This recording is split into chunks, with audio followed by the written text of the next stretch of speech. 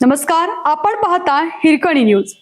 Hirkani news प्रत्येक क्षण ताज्या घडामोडी आणि महत्त्वाच्या प्रत्येक बातमीसाठी नेहमी तत्पर.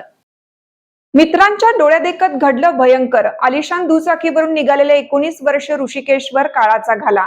हेल्मेट फुटून जागीच मृत्यू. सांगलीतून दुचाकीवरून ईश्वरपूरला महाविद्यालयात नित्याने जात होता. आज त्याच्या पदवीच्या पहिल्या वर्षाचा अखेरचा दिवस होता. नेहमीप्रमाणे हेल्मेट घालून तो महाविद्यालयात आनंदात निघाला होता. तुंगाजवळ तो आला असता आणि काळाने त्याच्यावर घाला घातला. दुभाजकावर त्याची धडक बसली.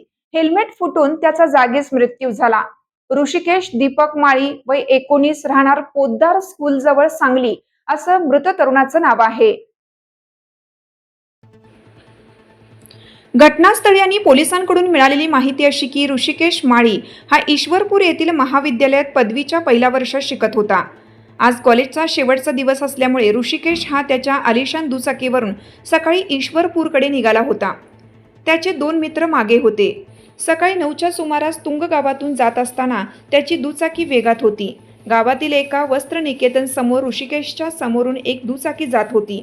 समोरील दुचाकी आणि रस्ता दुभाजकामधून आपण पुढे जाऊ शकतो असे वाटल्याने त्याने वेगाने दुचाकी नेली, परंतु त्याचा अंदाज चुकल्यामुळे तो रस्ता दुभाजकाला वेगाने धडकला.